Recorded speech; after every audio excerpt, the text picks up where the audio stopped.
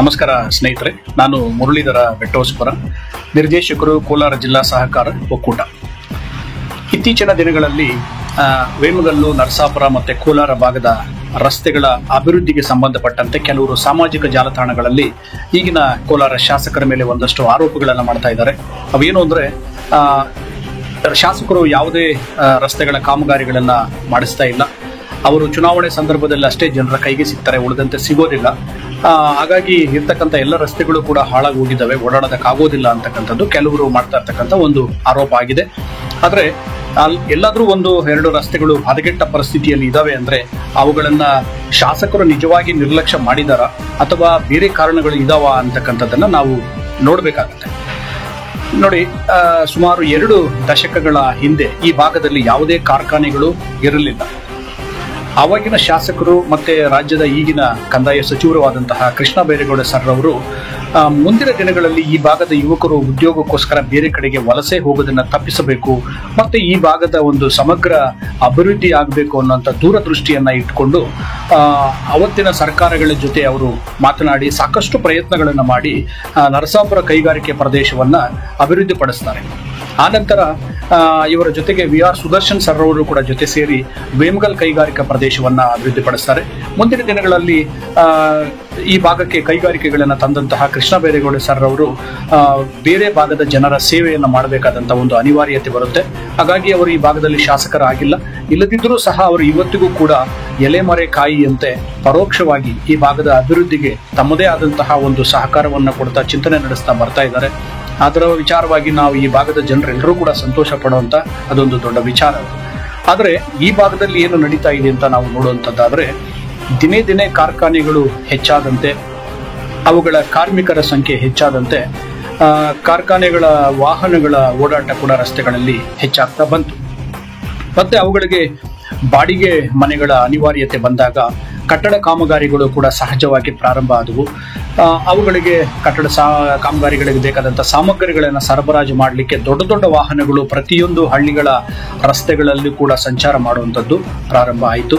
ಅದಾದ ಮೇಲೆ ಜನರು ಕೂಡ ಒಂದಷ್ಟು ಆರ್ಥಿಕವಾಗಿ ಸಬಲರಾಗಿ ತಮ್ಮ ಸ್ವಂತಕ್ಕೆ ಕಾರು, ಬೈಕು ಮುಂತಾದ ವಾಹನಗಳನ್ನು ಖರೀದಿ ಮಾಡಿ ರಸ್ತೆಗಳಲ್ಲಿ ಹೆಚ್ಚಾಗಿ ವಾಹನ ಓಡಾಟ ಆಗುವಂಥದ್ದು ಪ್ರಾರಂಭ ಆಯಿತು.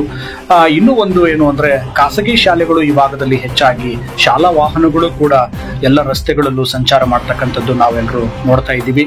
ಇದರ ಪರಿಣಾಮ ಏನಾಯಿತು ಅಂದರೆ, ಇಂದಿನ ದಿನಗಳಲ್ಲಿ ಹಳ್ಳಿಗಳ ರಸ್ತೆಗಳಲ್ಲಿ ಅಪರೂಪಕ್ಕೆ ನಡೀತಾ ಇದ್ದಂಥ ವಾಹನ ಸಂಚಾರ ಇತ್ತೀಚಿನ ದಿನಗಳಲ್ಲಿ ಪ್ರತಿದಿನ ಪ್ರತಿ ಹಳ್ಳಿಗಳ ರಸ್ತೆಗಳಲ್ಲೂ ಕೂಡ ಬೆಳಗ್ಗೆಯಿಂದ ಸಂಜೆಯವರೆಗೂ ಕೂಡ ಬಿಡುವಿಲ್ಲದಂತೆ ವಾಹನ ಸಂಚಾರ ಆಗ್ತಾ ಇದೆ.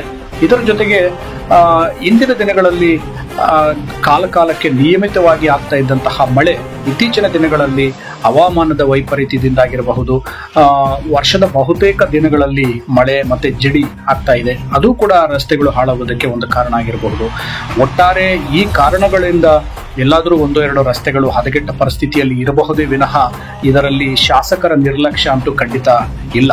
ಆದರೆ ಇದು ನನ್ನ ಜವಾಬ್ದಾರಿಯಲ್ಲ, ವಾಹನ ಸಂಚಾರದಿಂದ ಆಗಿರ್ತಕ್ಕಂಥದ್ದು ಅಂತ ಶಾಸಕರು ಕೂಡ ಇಲ್ಲಿ ಕೂಡ ಕೈಕಟ್ಟಿ ಕೂತಿಲ್ಲ. ಅವರು ರಸ್ತೆಗಳನ್ನು ಅಭಿವೃದ್ಧಿಪಡಿಸಲಿಕ್ಕೆ ಏನೆಲ್ಲ ಕ್ರಮಗಳನ್ನು ತೆಗೆದುಕೊಳ್ಬೇಕೋ ಆ ಕ್ರಮಗಳನ್ನು ಅವರು ಮಾಡ್ತಾ ಇದ್ದಾರೆ.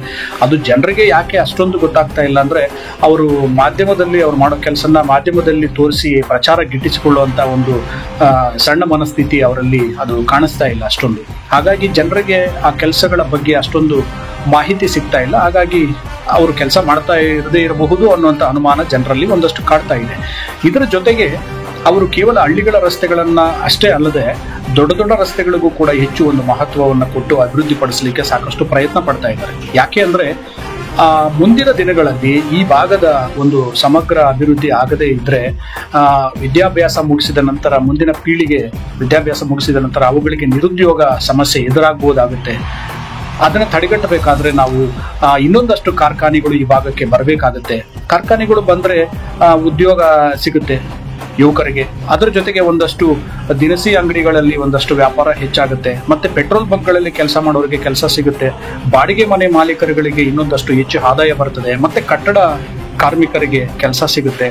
ಮತ್ತೆ ಪ್ಲಂಬರ್ಗಳು, ಎಲೆಕ್ಟ್ರಿಷಿಯನ್ಗಳು, ಸಲೂನ್ಗಳಲ್ಲಿ ಕೆಲಸ ಮಾಡೋರಿಗೆ ಹೆಚ್ಚು ಆದಾಯ ಬರ್ತದೆ. ಹಾಗೆ ಆಟೋ, ಟೆಂಪೋ, ಟ್ಯಾಕ್ಸಿ ಈ ತರ ಎಲ್ಲ ಕೆಲಸ ಮಾಡೋರಿಗೂ ಸಿಗುತ್ತೆ. ಮತ್ತೆ ಹೂವು, ಹಣ್ಣು, ತರಕಾರಿ ಮಾಡುವಂತ ವ್ಯಾಪಾರಸ್ಥರಿಗೂ ಕೂಡ ಹೆಚ್ಚಿನ ಆದಾಯ ಬಂದು ಒಟ್ಟಾರೆ ಸಮಾಜದ ಒಂದು ಎಲ್ಲ ವರ್ಗದ ಜನರು ಕೂಡ ಆರ್ಥಿಕವಾಗಿ ಸಬಲರಾಗ್ತಾರೆ. ಆ ಮೂಲಕ ಈ ಪ್ರದೇಶ ಒಟ್ಟಾರೆ ಒಂದು ಸಮಗ್ರ ಅಭಿವೃದ್ಧಿ ಆಗುತ್ತೆ ಅನ್ನುವಂಥ ದೂರದೃಷ್ಟಿ ಅವರಲ್ಲಿ ಇದೆ. ಅದೆಲ್ಲ ನೆರವೇರಬೇಕಾದ್ರೆ ಈ ಭಾಗಕ್ಕೆ ಇನ್ನೊಂದಷ್ಟು ಕಾರ್ಖಾನೆಗಳು ಬರಲೇಬೇಕಾಗುತ್ತೆ. ಕಾರ್ಖಾನೆಗಳು ಬರಬೇಕಂದ್ರೆ ಮುಖ್ಯವಾಗಿ ಈ ಭಾಗದಿಂದ ಅವರಿಗೆ ನಾವು ಕೊಡಬೇಕಾಗಿದ್ದು ಅಂದ್ರೆ ಒಳ್ಳೆಯ ಒಂದು ವ್ಯವಸ್ಥಿತವಾದಂತಹ ರಸ್ತೆಗಳು.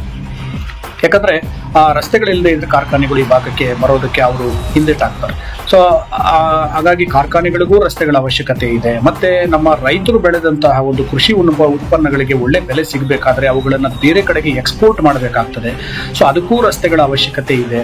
ಮತ್ತೆ ಇತ್ತೀಚೆಗೆ ಮಿತಿಮೀರಿದ ಜನಸಂಖ್ಯೆಯಿಂದ ರಸ್ತೆಗಳಲ್ಲಿ ಅಪಘಾತಗಳು ಹೆಚ್ಚಾಗ್ತಾ ಇದ್ದಾವೆ. ಅವುಗಳನ್ನ ತಪ್ಪಿಸಬೇಕಾದ್ರೆ ಅದಕ್ಕೂ ಕೂಡ ರಸ್ತೆಗಳ ಅಗಲೀಕರಣದ ಅವಶ್ಯಕತೆ ಇದೆ. ಹಾಗಾಗಿ ಹಳ್ಳಿಗಳ ರಸ್ತೆಗಳನ್ನ ಅಭಿವೃದ್ಧಿಪಡಿಸುವುದು ಮಾತ್ರ ಅಲ್ಲದೆ ದೊಡ್ಡ ದೊಡ್ಡ ರಸ್ತೆಗಳನ್ನು ಕೂಡ ಅಗಲೀಕರಣಗೊಳಿಸ್ತಕ್ಕಂಥದ್ದು ಮತ್ತೆ ಮೇಲ್ದರ್ಜೆಗೆ ಏರಿಸ್ತಕ್ಕಂಥ ಒಂದು ಪ್ರಯತ್ನವನ್ನ ನಮ್ಮ ಈ ಕೋಲಾರ ಭಾಗದ ಶಾಸಕರಾದಂತಹ ಕೊತ್ತೂರು ಮಂಜಣ್ಣರವರು ಮತ್ತೆ ವಿಧಾನ ಪರಿಷತ್ ಸದಸ್ಯರಾದಂತಹ ಅನಿಲಣ್ಣರವರು ಜೋಡೆತ್ತುಗಳ ರೀತಿಯಲ್ಲಿ ಅವರು ಸದಾ ಶ್ರಮಿಸ್ತಾ ಇದ್ದಾರೆ. ಹಾಗಾಗಿ ನಾವು ಎಲ್ಲರೂ ಕೂಡ ಈ ಭಾಗದ ಜನರು ಪಕ್ಷಾತೀತವಾಗಿ ನಾವು ಅವರನ್ನ ಅಭಿನಂದಿಸಬೇಕಾದಂತ ಪರಿಸ್ಥಿತಿ ಇದೆ. ಸೊ ಹಾಗಾಗಿ ಅವರು ಈ ಎಲ್ಲ ಕೆಲಸಗಳನ್ನ ಮಾಡಬೇಕಾದ್ರೆ ಸರ್ಕಾರದ ಮಟ್ಟದಲ್ಲಿ ಸಾಕಷ್ಟು ಪ್ರಕ್ರಿಯೆಗಳು ಇರ್ತವೆ, ಅವುಗಳದೇ ಆದಂತಹ. ಯಾಕಂದ್ರೆ ದೊಡ್ಡ ಮೊತ್ತದ ಅನುದಾನ ತರಬೇಕಾದ್ರೆ ಅದು ಸುಲಭದ ಮಾತಲ್ಲ. ಆದರೂ ಕೂಡ ಒಂದಷ್ಟು ಪ್ರಕ್ರಿಯೆಗಳೆಲ್ಲ ಮುಗಿದು ಒಂದಷ್ಟು ಅನುದಾನ ಬಂದು ಕೆಲವು ಕಡೆ ಕಾಮಗಾರಿಗಳು ಪ್ರಾರಂಭ ಆಗಿರೋದನ್ನ ಕೂಡ ನೀವೆಲ್ಲರೂ ನೋಡ್ಬೋದಾಗಿರ್ತದೆ.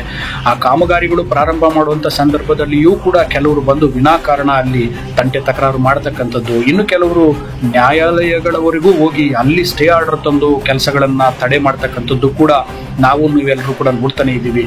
ಆದರೂ ಶಾಸಕರು ಇವು ಯಾವುದೇ ಅಡೆತಡೆಗಳಿಗೂ ಕೂಡ ನಿಲ್ಲದೆ ಅವರ ಕೆಲಸವನ್ನ ಅವರು ಬಹಳ ಅಚ್ಚುಕಟ್ಟಾಗಿ ಮಾಡ್ತಾ ಬರ್ತಾ ಇದ್ದಾರೆ.